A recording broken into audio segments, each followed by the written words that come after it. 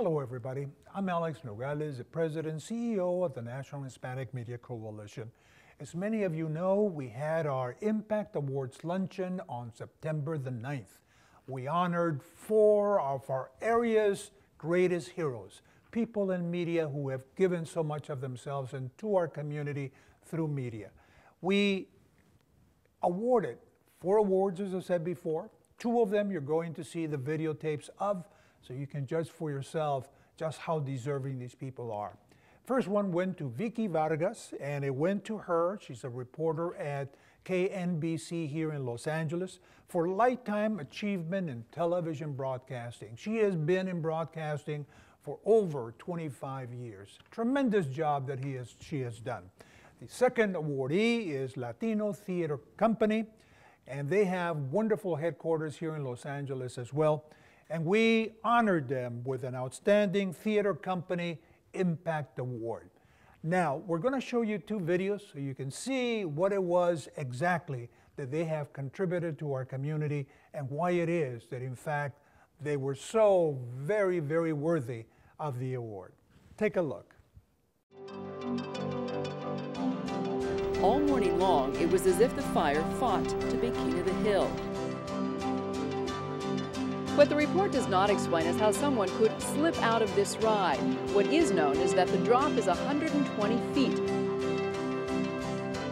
For the family from Rancho Santa Margarita, it has been a painful pilgrimage.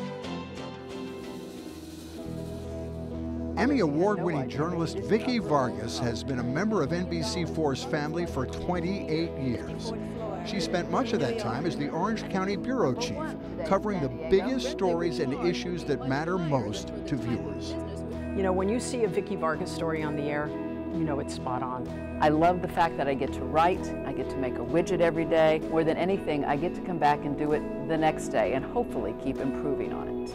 Vikki has set high standards among her colleagues. I say this without qualification. She is truly an inspiration to me.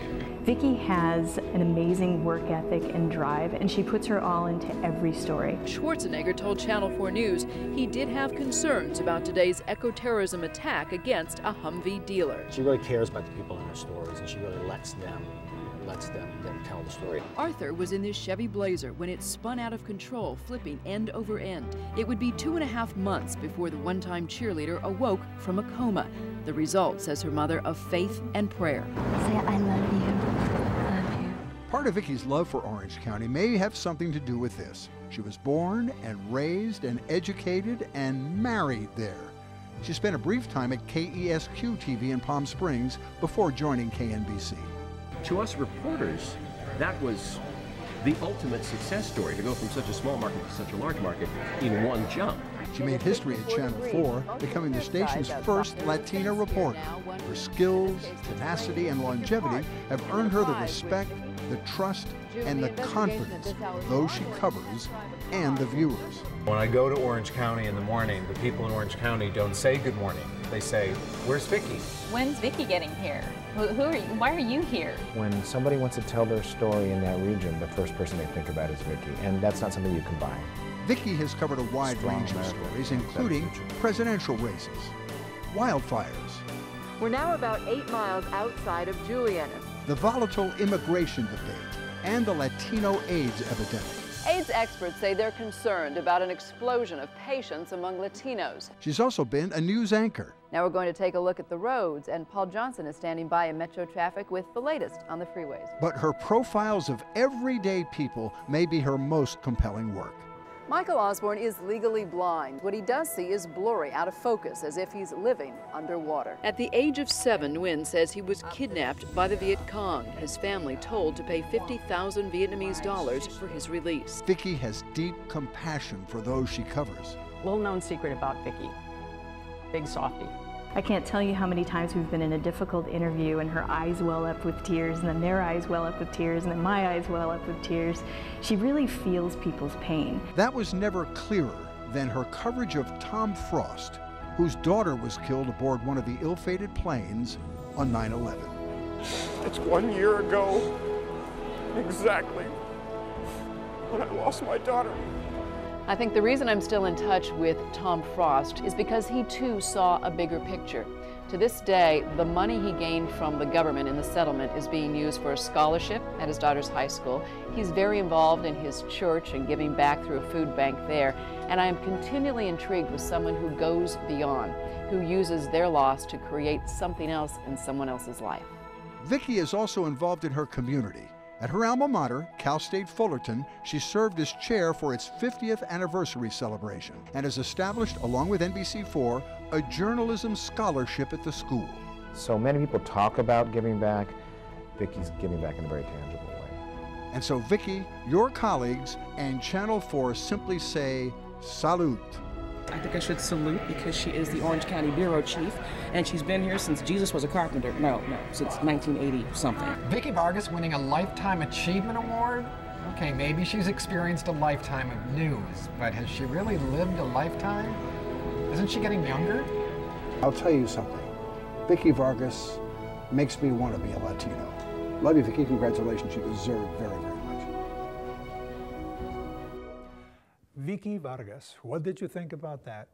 Wonderful, wonderful reporter, wonderful anchor, wonderful broadcaster, all in all. Now we're going to see the Latino Theater Company video, and I'm sure you will appreciate what they do as well. Take a look.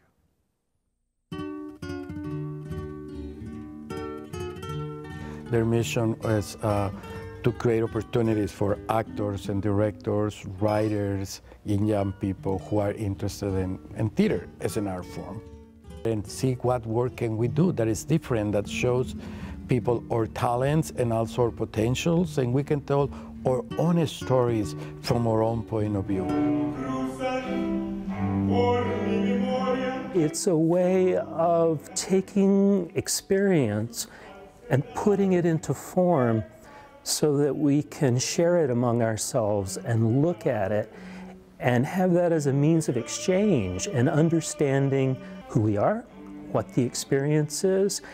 And in that sense, I think it becomes something really essential. They are willing to see the ridiculous in themselves. At the same time, they're willing to see the nobility. And I think the honesty of the productions of what it is to be caught in cycles of feeling lesser than others, and then what it is to be caught in great bravura that is certain that they're way beyond everybody else.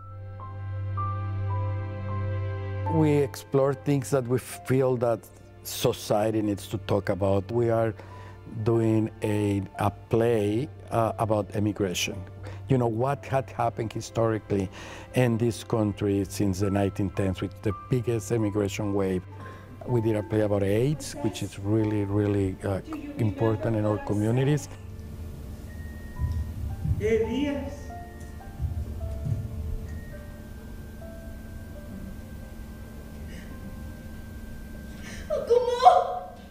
We do a Christmas pageant every year about La Virgen de Guadalupe, which is free to the community. We deal with the war in Iraq. I mean, the play August 29th inspired me because I saw a powerful Chicano story. I mean, that's really what it was, and you know, I left feeling proud of being a Chicano. It was about Ruben Salazar and the Chicano moratorium, and it really left an impression on me. So I enrolled in a Chicano studies class. I learned about the Chicano culture and the Chicano history, and it all sparked from sitting in that theater that one day. We see ourselves as missionaries. You know, we are here with a mission to help our community have more self-respect, self-understanding, self-reliances.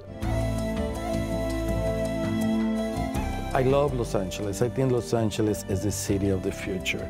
In order to really live in this city, we have to be multicultural. So we created something called the Cultural Roundtable, who is companies from different cultures, who are the main groups that we present and produce. No one else is doing anything like this kind of work. Now, there are other places that have African American theater, they might have Asian theater, but really the Los Angeles Theater Center is trying to be the place for multicultural theater.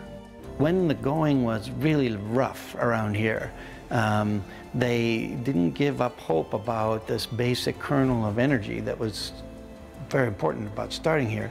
And their interpretation of that energy was that it was multicultural. Each summer, children from the age of 14 on through their senior year in high school are brought into this building through an intensive program of vocal training, dance, script writing, and acting.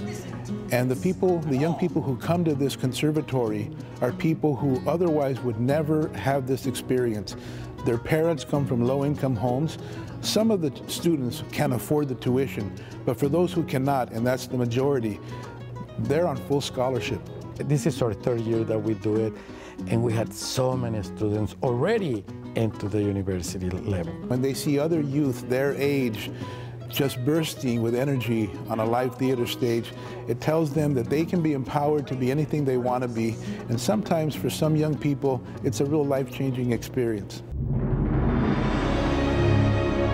It's great for me to see that the LATC is exposing new generations to the magic of theater. And it takes the community coming together and understanding that this is a treasure that they own. They need to embrace it, they need to know that they own it, and they need to support it. We can create a whole generation of people who wants to take on and take leadership in the city and become the cultural leaders of the future.